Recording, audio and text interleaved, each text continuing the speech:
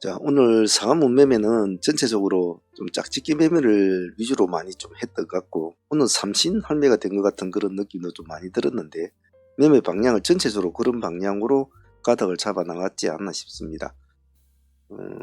결과론적으로는 뭐 나쁘지 않은 진행 방향이었고, 그런 식으로 패턴을 잘 맞춘 점은 나쁘지 않은 선택이었고, 시장이 워낙 요즘에 이제 각계전투 시장이라 각자가 놀아가는 스타일이라 참 매매하기 좀 까다롭긴 까다롭거든요.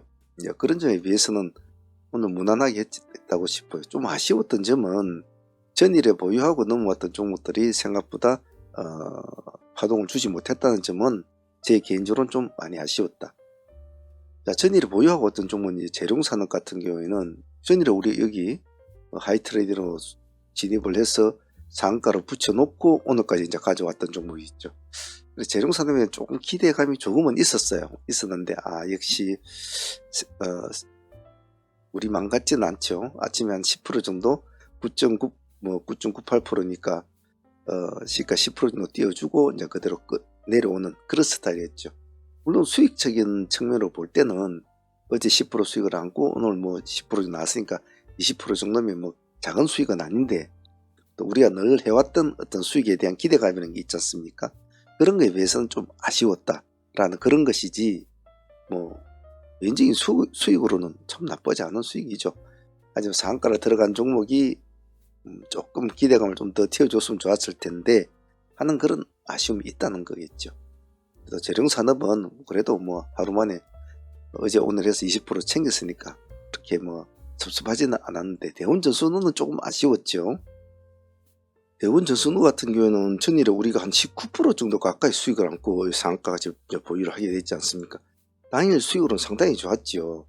그래서 재룡과 대원전선우 좀 상당히 좀 기대감은 좀 있었습니다만, 역시 다른 종목들과 같이 기대감에 미치지는 좀 못했던 것 같아요. 하지만 전일에 뭐 절반 정도를 이미 챙기고 진행을 했던 종목이라 나머지 절반은 여기서 조금 반등을 줄 때 어느 정도 처리가 됐다고 보더라도 큰 타격은 없이 그냥 전일 수익으로 마무리된 것 같습니다.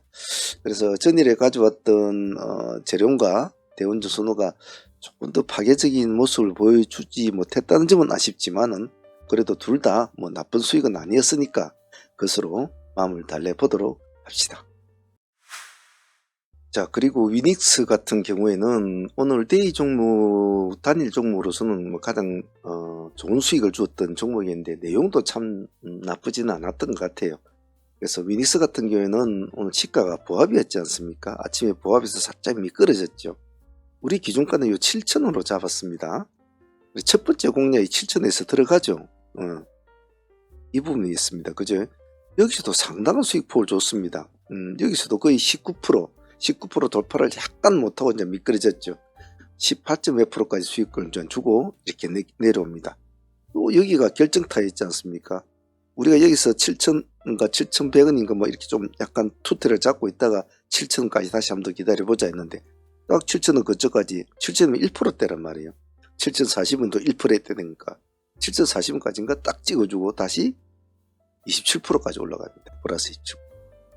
그래서 1차도 수익이 거의 20% 가까이, 2차도 25% 가까이 나왔으니까 오늘 위닉스가 참 오늘 데이 수익으로서는 가장 핫했던 종목이라고 봐요. 그래서 오늘 위닉스는 참 선택을 잘했고, 특히 두 번째가 일찍 내려왔거든요. 일찍 내려온 이것이 가장 효과가 좋았다라고 봐요. 만약에 이 종목이 1시나 2시 정도까지 내려왔다 가지고 이 정도 왔다면 그거는 썩 권장할 만한 그런 방법이 아니었지만 일찍 내렸거든요. 10시 반쯤 돼서 내려왔으니까. 그래서 그런 점은 오늘 위닉스가 우리에게 두 번의 수익을 줄 수 있는 구조를 딱 만들어 줬다는 거죠. 그런 점에서는 오늘 위닉스가 우리하고 아주 좋은 파동의 궁합을 준 종목이었다라고 생각합니다. 그러하니까 우리가 위닉스를 보면서 우리가 또 새로운 짝을 또 맞추면서 지나갔잖아요. 그 종목은 이제 K-웨더였단 말이에요. 실제로 전일에 위닉스가 전전일에 상가를 치고 그 다음날 시가를 24% 뛰고 그다 죽었지만, K-웨더는 상가까지 들어갔다가 무너진 종목이었단 말이에요. 이 종목이. 그래서 K-웨더도 같이 붙여놓자라고 이제 말을 하고, 우리가 계속 위닉스를 계속 진행하고 있는 와중에도 얘는 따라가려고 좀 애를 썼단 말이에요. 이 모습이. 근데 따라가지를 못하더라고요. 근데 첫 번째 파동에는 얘네들이 위닉스에 대해서 그렇게 신경을 쓰지를 못하니까지를 못했죠. 근데 위닉스가 워낙 걸출한 모습을 보여주니까 사람들은 관심을 갖기 시작했지만 우리는 이미 전부터 계속 추적을 해왔단 말이에요. 그래서 우리가 첫 번째 공략 지점을 이 보합 돌파할 때 보자. 이제 여기서는 얼마 안 줬어요. 한 5% 정도 좋았나요? 다시 내려왔을 때 다시 한 번 더 보자. 여기도 10%. 그래서 K웨더 같은 경우에는 한마디로 주도주 세력에 같이 붙어있는 친구는 항시 같이 붙여놓으면 이렇게 덕을 본단 말이죠. 이런 걸 보면 이건 보너스 수익이지 않습니까? 보너스 수익이니까 오히려 이런 게 더 참 굉장히 더 뭐라고 그래야 되나요? 좀 편하게 올리는 수익이라고 할까? 그런 기분이 많단 말이에요. 그래서 여러분들도 어떠한 종목을 거래를 할 때는 반드시 이 종목이 테마주인가, 옆에 지인들이 있는가, 그룹주인가 이런 걸 체크를 하시면서 매매를 하시면 항시 이런 짝짓기 매매는 생각지 않은 보너스 수익을 줍니다. 그런 점을 잘 기억하시면 좋을 것 같고요. 오늘 위닉스와 K웨더는 이 두 종목만 해도 거의 40% 이상이 나왔지 않습니까? 30, 40, 55% 정도 나왔네. 그러면 뭐 하루 매매 끝난 거죠. 이런 걸 잘 기억을 해 놓습니다. 오늘은 좀 이런 형태가 좀 많았죠. 자, 그리고 유튜브 바이오 같은 경우에는 오늘 이것을 매매하면서 제가 방송에서도 말씀을 드린 것이 있습니다. 시장이 여러 가지 종목들을 많이 보고 있을 때 별로 그렇게 관심을 끌 수가 없는 종목을 또 시장의 이슈, 즉 미디어나 이런 데서 나오는 뉴스에 연관된 종목들은 항상 관심 있게 봐야 된다라고 제가 말씀을 드렸거든요. 요즘 코로나 관련, 코로나라기보다도 이름이 있는데 저는 그냥 코로나라고 바이러스라고 이야기를 하는데 요즘에 폐렴 때문에 아니 화장장에 화장을 할 곳이 없다고 할 정도로 대기를 해야 된대요. 며칠을. 야, 그러게 알게 모르게 그렇게 사람들이 많이 죽어 나가는가 봐요. 그래서 그 뉴스를 좀 들은 기억이 있거든요. 보기도 했는데 또 코로나 초창기 시대하고 지금 느낌이 비슷하다라는 그 화장장 관리인의 말이 귀에 좀 남더라고요. 그래서 유튜브에 좀 유심하게 보다가 3,200원 기준가를 잡고 이제 우리 여기서 진행했죠. 근데 의외로 상당히 좀 사람들도 저와 비슷한 생각을 가지고 있었는지 파괴력이 참 좋았죠. 수익률은 한 20% 정도 나온 것 같습니다. 오늘 22% 정도까지 갔으니까 말이죠. 그래서 오늘 유튜브 아이오 같은 경우에는 항시 매매를 할 때도 사회적인 이슈나 이런 것들을 종목하고 연계시키고 또 그런 이슈들을 항시 귀담아서 밥 먹다가도 귀담아 딱 들어놓는 그런 습관을 자꾸 가지시면 매매하는데 조금이나마 도움이 될 거고 때로는 그것이 결정적인 영향을 끼치기도 합니다.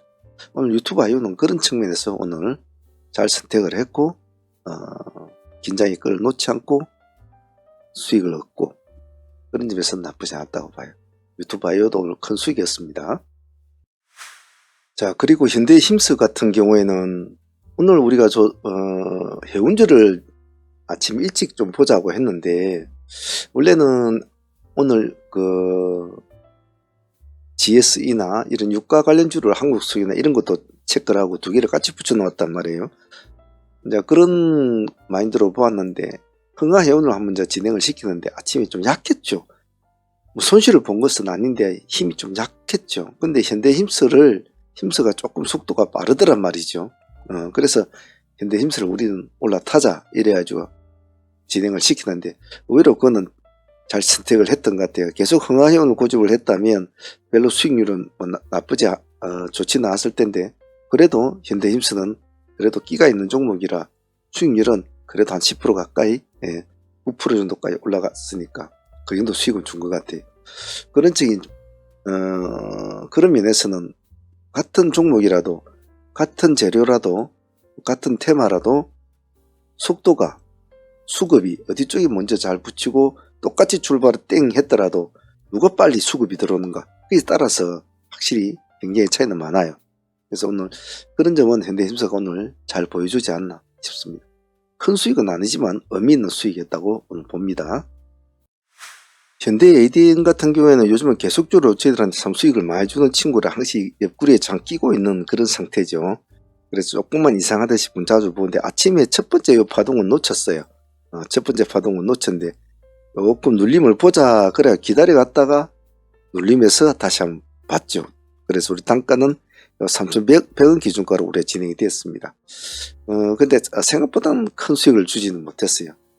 그 점은 좀 아쉽지만 그래도 계속 노려보고 있었던 종목이라 그냥은 보내지 않고 밥값 정도 한 점에서는 나쁘지 않았다고 봅니다. 오늘 재룡과 대원 선수는 좀 실망스러운 모습을 보였지만 그래도 우리 세명전기에서는 그래도 밥값은 좀 얻어냈죠. 보합 기존거로 진행이 됐는데 첫 번째 파동에서는 뭐 큰 수익은 못 줬습니다. 못 주고 두 번째에서는 그래도 8에서 한 10% 가까이 수익을 준 것 같아요. 두 개 다 합치면 10% 수익은 더 넘겠지만은 뭐 큰 의미는 없습니다만은 그래도 우리가 보유했던 종목, 우리가 어제 집중했던 종목들이 원하지 않던 모습을 보이더라도 결코 버리질 않고 그와 관련된 종목 중에서 어떤 종목이라도 하나를 수익을 끌어내고 마무리를 지었다는 것은 그런 매매 마인드는 꼭 가지고 있는 것이 좋지 않나. 즉 오늘 틀렸네, 재룡 틀렸네, 대원 틀렸네, 세명도 틀렸네 하고 다 버리던 것이 아니고 그래도 전일의 주도였기 때문에 끝까지 한 번은 봐주고 마무리를 지어줘야 된다는 그런 마인드는 트레이드에게서는 참 중요한 마인드거든요. 그래서 세명전기는 오늘 수익은 뭐 8% 정도 밖에 안 줬지만은 실제로는 10% 이상 주었지만은 그래도 수익보다는 그런 마인드를 유지하는 트레이더가 참 중요하다라는 것을 좀 잘 가르쳐준 그런 오늘 매매였어요. 여러분들도 잘 기억을 해 놓으시길 바랍니다. 자, 그리고 말 많은 한국 첨단 소재 오늘 또 그냥은 또 보내진 않았죠. 한가에 오늘 있다가 풀어지는데 우리는 오늘 4,700원에 기준 단가로 잡았지 않았습니까? 풀어지지 않았으면 의미가 없겠죠. 의미는 없을 텐데 시가는 한가로 잠겨져 있다가 조금 있다 이제 풀어지는 거 확인하고 아침부터 딱 꺼내보고 있었죠. 딱 풀어지는 거 보고 들어갔는데 역시 조금 아쉬웠어요. 그래도 한 번쯤은 여기 정도까지 나면 찍어주고 뭐 내려오지 않겠나 싶었는데 그 정도까지는 힘이 안 되더군요. 그래도 조금 명성에 비해서는 조금 아쉬운 점이 있었다. 수익률은 10%밖에 나오지 않았습니다만 조금 그런 점은 좀 아쉬웠어요. 그래서 그 아쉬움을 바이오로그 디바이스로 조금 아쉬움을 달랬죠. 그래서 오늘 한국 첨단의 움직임이 움직일 때 바이오로그도 조금은 움직여주고 있었단 말이에요. 아침에 있었는데 이 두 개를 잘 같이 묶어서 했다는 점은 나쁘지 않았던 것 같습니다. 그래서 이런 것도 참 보너스 수익이죠. 옆에 잘 챙겨놓고 보고 있었던 것 자체 하나만으로 오늘 8% 정도 수익은 가져왔으니까 말이죠. 그래서 오늘 한국 첨단하고 바이오로그 디바이스 또 이렇게 또 짝짓기를 해서 오늘 삼진 할매처럼 이것저것 짝짓기를 좀 많이 시켜준 것 같네요. 하지만 뭐 그렇게 나쁜 수익은 아니었기에 제 개인적으로는 참 감사하게 생각을 하고 있습니다. 상암원 유튜브 멤버십에 가입을 하실 분들은 아래 보시면 어느 동영상 아래라도 보면 채널 멤버십 가입이 있습니다.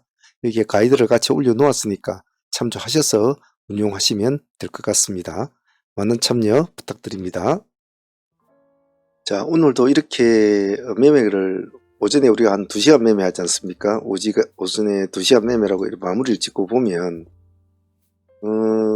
숫자로 적어 놓으면 그래도 오늘 뭐 나름대로 밥값은 했구나 하는 그런 마음대로 뿌듯한 감은 있습니다만은 항시 제가 걱정스럽고 항시 염려되는 것은 많은 사람들이 어떤 수익에만 욕심이 내서 그냥 마구잡이로 매매를 하는 사람들이 많거든요.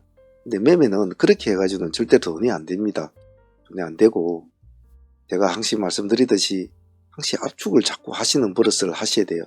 내가 종목을 4개를 한다면 반드시 한 2종목 정도의 승부를 걸 줄 아는 최대한 압축을 시키는 매매 연습을 자꾸 하시는 것이 좋습니다. 그것이 점점 더 스펙트럼이 넓혀가는 과정은 시간이 걸리거든요. 아직 자기 스킬이 안 되시는 분들은 반드시 종목을 압축을 시켜서 연습을 하시다가 그리고 조금 더 이제 손발이 좀 빨라지고 눈이 빨라지면 그때 가서 또 하나를 더 넣고, 그래서 2종목에서 3종목을 하고 또 좀 넓어지면 한 4종목으로 올리고, 이런 식으로 아주 좀 자연스럽게 프리즘이 넓어져 가야 되지 억지로 해서는 안 되거든요. 그리고 속도도 좀 빨라야 되고 기민해야 되죠. 왜냐면 막 가만히 자기 입에 맞는 떡만 찾아서는 이게 또 안 되는 게 이 시장이잖아요. 누가 가만히 있는데 였다 하고 떡을 던져줍니까? 그렇지는 않거든요. 저기를 파면 뭐 고구마 나올까? 저기를 파면 뭐 금이 나올까? 저기를 파면 뭐 온천수가 나올까? 부지런히 눈을 돌리고 부지런히 생각을 하고 부지런히 이해타산을 놓고 부지런히 시장의 흐름을 봐야 된단 말이죠. 어디서 가서 떡을 팔아야, 시장 입구에서 팔아야 떡이 돈이 되려나, 시장이 마칠 때 가서 팔아야 돈이 되려나, 점심때 팔아야 돈이 되려나, 많은 생각을 하면서 해야 되죠. 적어도 일을 하고 있는 순간만큼은. 그래서 게으르면 안 됩니다. 그리고 자기의 매매 환경이 그렇게 많은 생각을 하면서 할 수 있는 상황이 안 되는 사람들, 뭐 예를 들면 직장이라든지 사업자라든지 뭐 그런 사람들은 그렇게 할 수가 없단 말이에요. 전업하는 사람들은 5만 가지 생각을 하면서 또 볼 거 다 보고 한다지만, 직장인이나 사업자나 뭐 주부나 뭐 다 일이 있는 사람들은 그렇게 못해요. 그래서 그런 사람들한테는 이런 식으로 압축을 해서 하는 연습을 자꾸 해라고 한단 말이에요. 저게 돈이 되고 차라리 돈이 돼요. 장이 끝나고 나서 종목을 이렇게 정리를 할 때 한 것을 보면 막 수익률이 많아요, 막 커요, 이런 식으로 뭐 잘 나왔단 말이에요. 근데 자기는 기껏해야 뭐 한 2종목 했단 말이에요. 2종목. 이거 다 했으면 참 좋았을 텐데.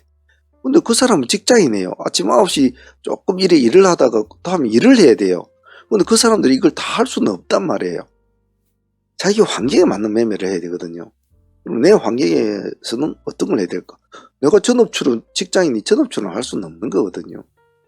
그리고 내가 폰으로 매매한 사람이 어떻게 또 상매매를 한다고 할 겁니까? 그건 안 되거든요.